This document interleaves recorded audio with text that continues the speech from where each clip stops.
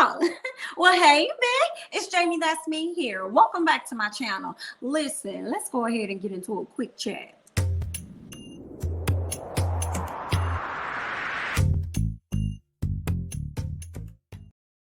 All right, y'all. Listen, before we get into this quick chat, I just got a quick announcement, okay? Please know that Love and Marriage Huntsville, okay, produced by Carlos King, who was formerly with Real Housewives of Atlanta, and he's giving us a ton of other shows in the past, as well as BET presents The Encore. Yes, his show, Love and Marriage Huntsville, another hit, will be premiering on this Saturday. And I definitely will be doing reviews. So I would love for you guys to come on back and check out those reviews for Love and Marriage Huntsville. In addition to that, the Ooh Ladies First panel will be interviewing Kimmy of Love and Marriage Huntsville on this Sunday over on Jay Lee's Corners channel. So you guys come on over there and check us out on Sunday nights. Okay, get into it right before you get into your Real Housewives of Potomac tea, okay?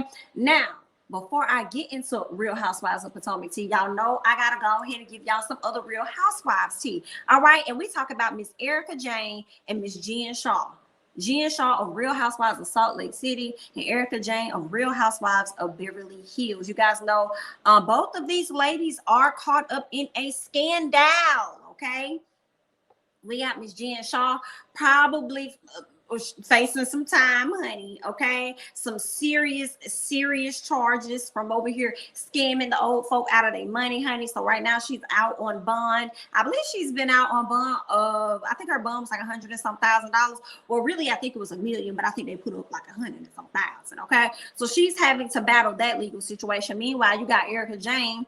Her husband is actually in a legal issue, and she's also filing for a divorce from him. And recently the judge had said, because her husband filed for bankruptcy, him and his law firm, honey. So the judge was like, girl, listen, okay, he ain't got no coins, so now we're gonna need you to produce all your records so we can see what you got over there in your account, so these victims can go ahead and get paid, and we're gonna be dipping into your coin, okay, so you can get these people their money, honey. All right, that's what it was given. But I saw this clip on Instagram from Reality Blurb. So I went to their site. So shout out to them, because they always put like their website, the link inside their bio on Instagram. So they're saying that Erica Jane and Jen Shaw are in jeopardy of being fired. Okay, Real Housewives of Beverly Hills and Real Housewives of Salt Lake City stars at the top of Bravo's most problematic housewives list. Now, why y'all want to go and do that? I feel like they have some really good storylines. We want to follow this, okay? Salt Lake City is new. How dare you? We want to, can y'all at least let us get up into the trial? Like, can y'all at least follow them for another season?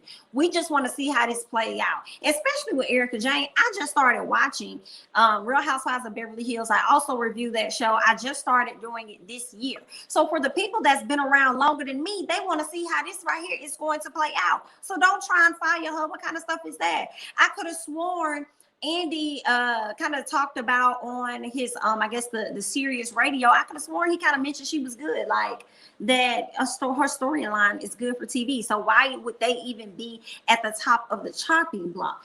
Okay, now they're saying that following a few sudden firings from a few ladies from Real Housewives of Orange County, they're saying that no one is safe when it comes to their futures with Bravo. However, it is the Real Housewives of Beverly Hills and Salt Lake City cast members who should be most worried due to their problematic status with the network. Okay, heads are rolling and no one feels safe, not the OGs, fan favorites, or the newcomers. An insider revealed in the latest issue of Life and Style magazine, lots of names are being tossed around, including Erica Jane and Jen Shaw.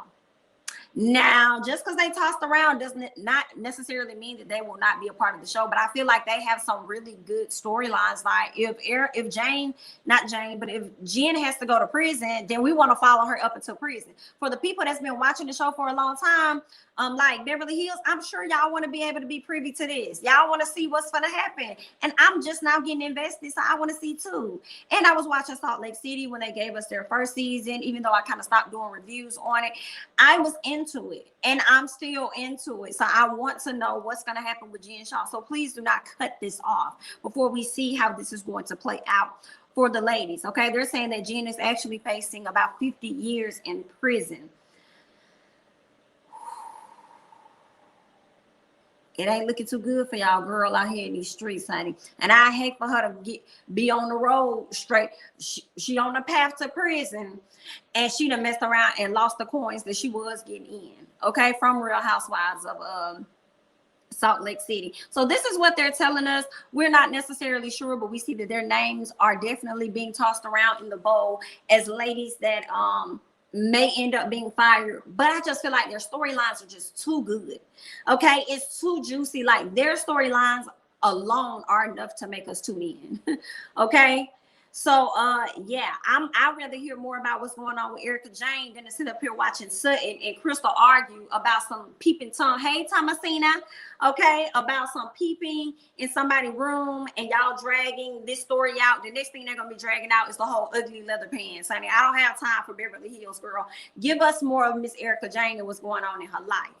Okay, so hopefully they keep these ladies. I don't see a reason why y'all would want to, do away with good storylines. Like, why would you do that? Who said that?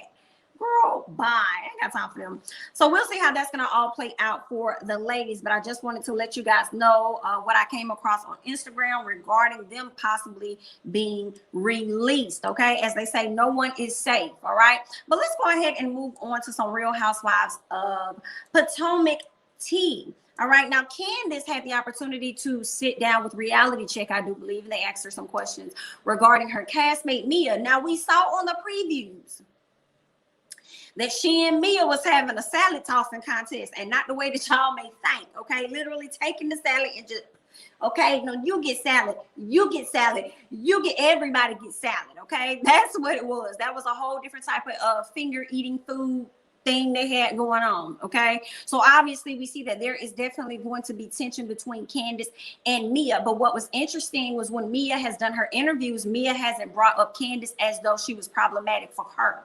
She's brought up more so Wendy being the person. She's thrown shade at Wendy in her interviews instead of Candiace. And I also thought it was really interesting to hear Candiace, speak in a nice light, in my opinion, about Mia. But I'm gonna let you guys go ahead and check this out. Y'all go ahead and get into what Candiace had to say about her newest castmate, Mia.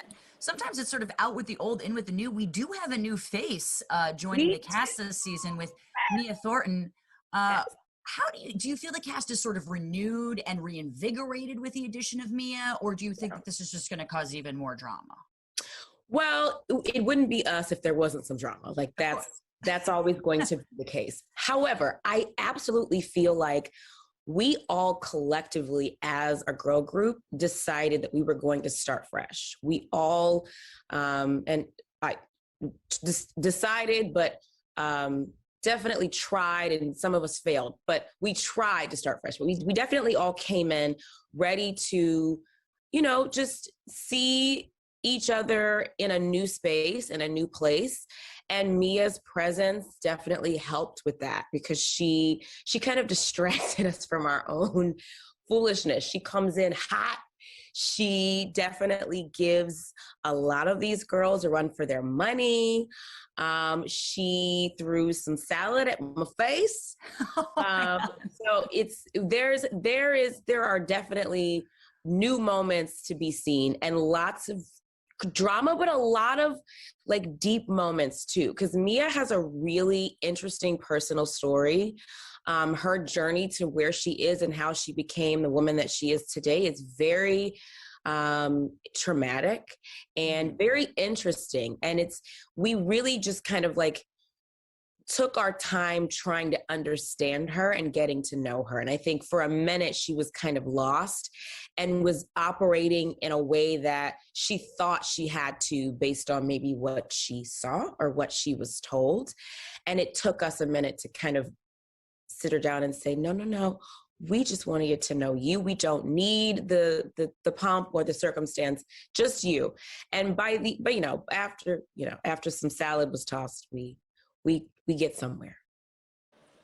All right, so y'all heard what Miss Candiace said, okay? She also went on to say in that interview that we won't see it right off, but over time we'll see where she and Mia end up getting to a much, much better place, which is the reason why she didn't have anything negative to say. So I'm looking forward to seeing how this breakdown goes between she and Mia, and how Mia felt that she needed to perform while being a part of this show.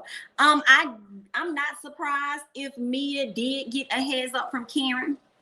I feel like Karen definitely schooled her about Gizelle, thinking that it was going to probably taint the image that Mia had of Gizelle. But I also, at the same time, don't really blame Karen for wanting to brief her friend on the different personalities that she's about to meet. So it's not that Karen was really wrong at all, you know what I'm saying? Because I'm sure Mia asked, if you bring somebody into a situation they have questions about, you're gonna want to fill them in. But it seems like maybe Karen gave her too much information, and Mia felt the need to, you know, do the most, which it resulted in a lot of friction amongst the ladies. But everybody appears to love Mia outside of Miss Wendy, honey. And we saw at the table when they was doing the show how Wendy already threw that shade at her right off the bat, talking about something. And that's funny, because it's usually Gizelle that be ready to come at somebody, honey. But this time it was Miss Wendy gonna tell this lady, you look like you've had a few surgeries, and you look like you need a few more. Like, girl, don't come at me like that.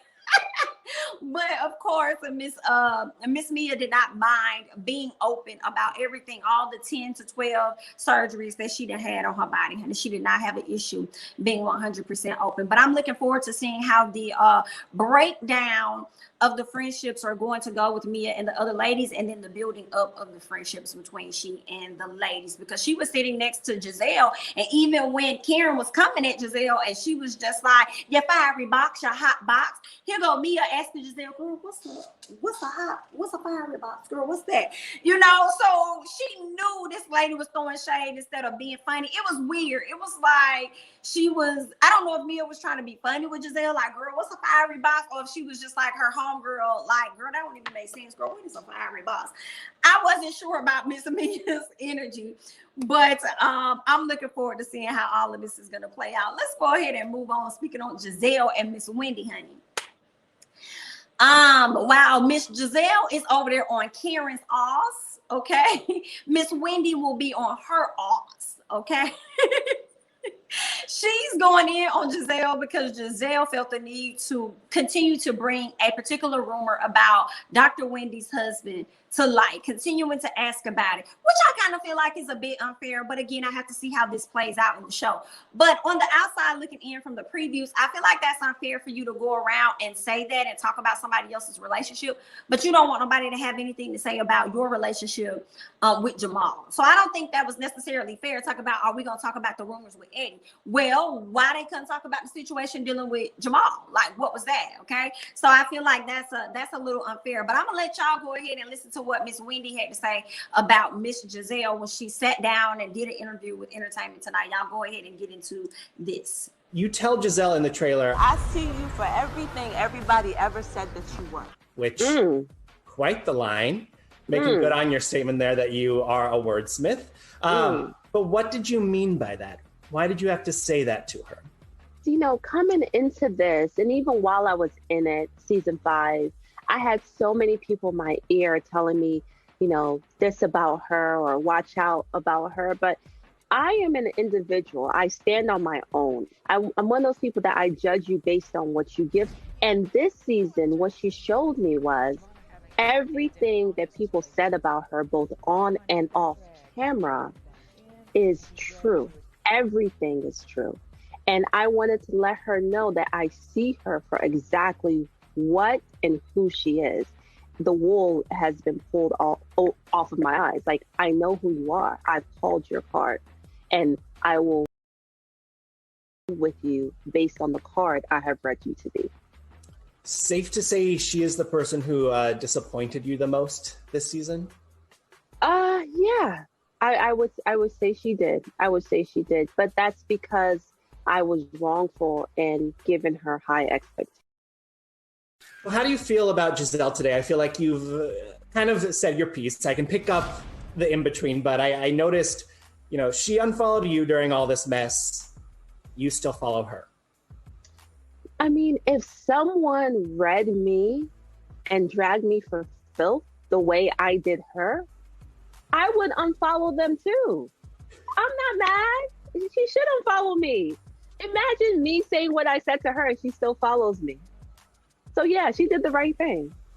But why do you still follow her? Imagine me typing in her name to hit unfollow.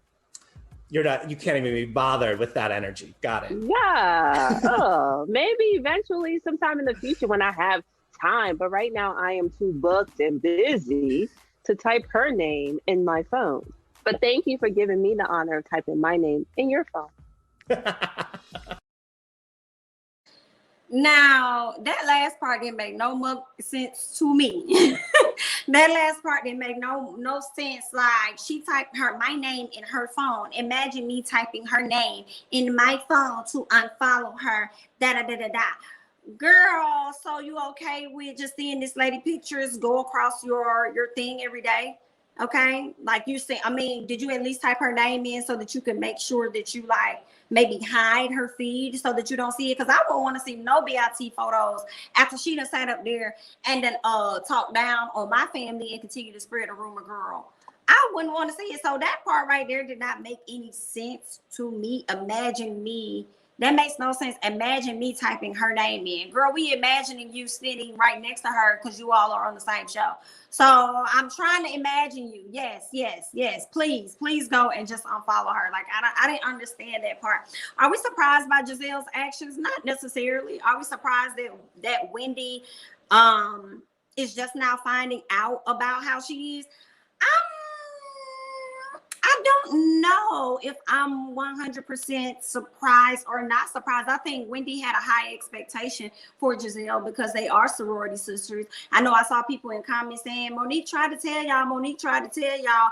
Yeah, Wendy went here and SHI know a T that Monique had to say based on her actions towards her friend Candiace. So at that point, Wendy felt as though a lot of things Monique said was a bit shaky. So she felt like that right there that she had to say about Gizelle was shaky as well.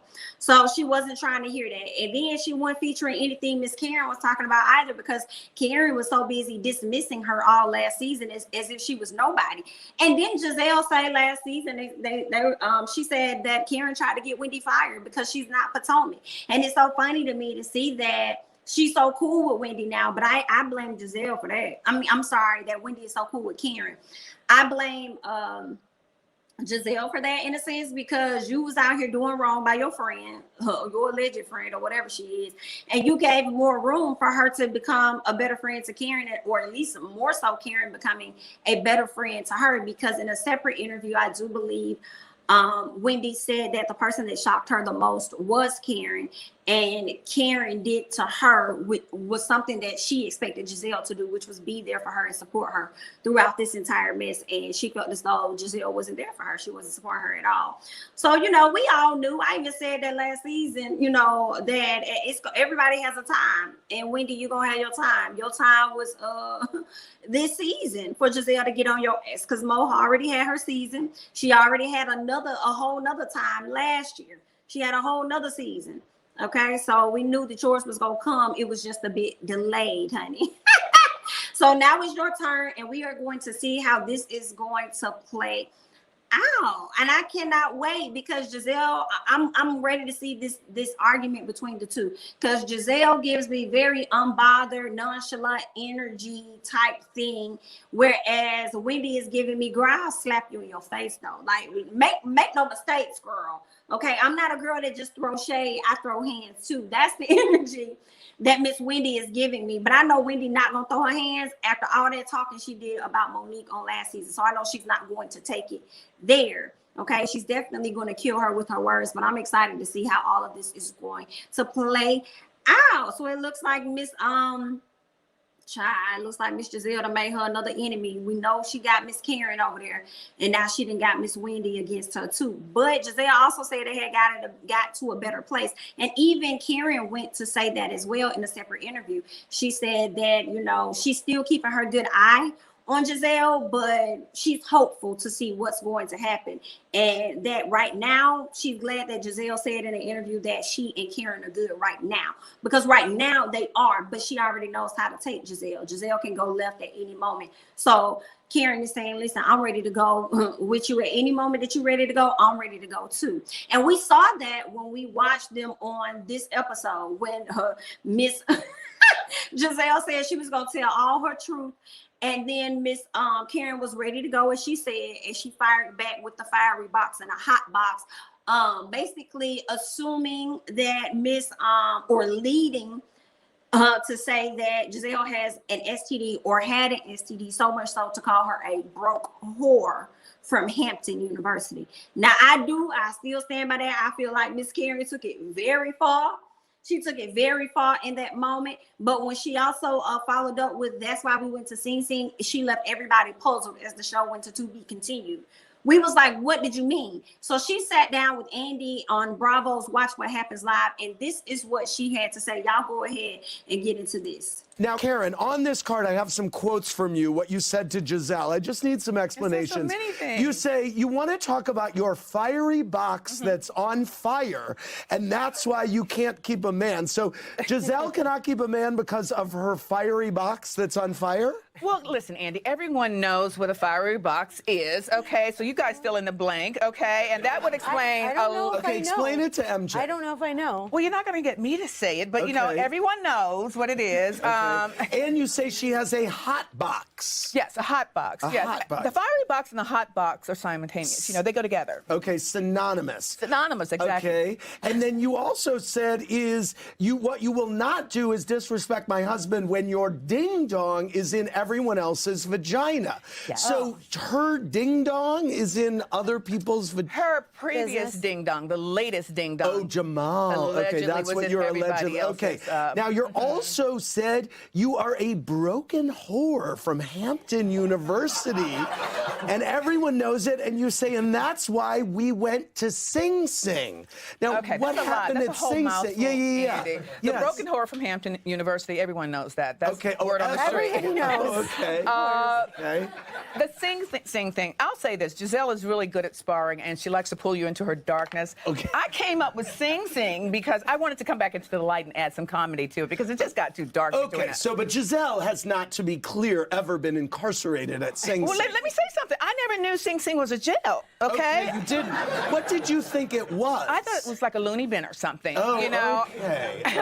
But I was just trying to make light of a very, very dark situation between two old friends. Okay. Thanks for watching.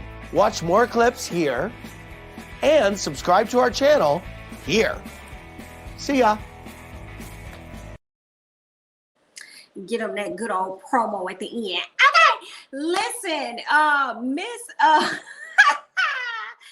Miss Karen is hilarious, okay? She is hilarious. When she spoke on the Sing Sing comment, what it was giving me was, like she said, Gizelle is really good at sparring. Basically, she didn't know how to come back. She ain't know how to come back, and Gizelle was just hitting her with all these different things, your drunk truth, your cheating truth, okay? And she just needed to throw something out there to divert from what Miss Gizelle was saying, and it definitely threw her off because Gizelle was like, what the her face was so scrunched up. She was so confused. And we all like Sing Sing. Okay. And then she said that she didn't know that it was a jail. She thought it was a loony bin. I'm like, girl, sometimes they be trying to equate both of them to be the same thing. So in that case, I feel like you knew what you were saying, but you pretty much answered the question that she was just talking out of her ass. And Sing Sing means nothing. It was just that she knew she couldn't really go toe to toe with Gizelle in that moment. And she just threw whatever was out there, honey. That's what I got from the interview of what Karen tried to explain Sing Sing meant, okay? That's what I got, but I want to hear y'all thoughts and comments about everything that I discussed on the quick chat today, okay? Hop down in them comments. Let me know your thoughts. I know you're going to do that anyway because that's just how y'all is, all right? I'm Jamie, that's me. Don't forget to like, comment, subscribe, share my videos, follow me on Instagram and Twitter, and I'll catch you guys in the next one. Bye-bye.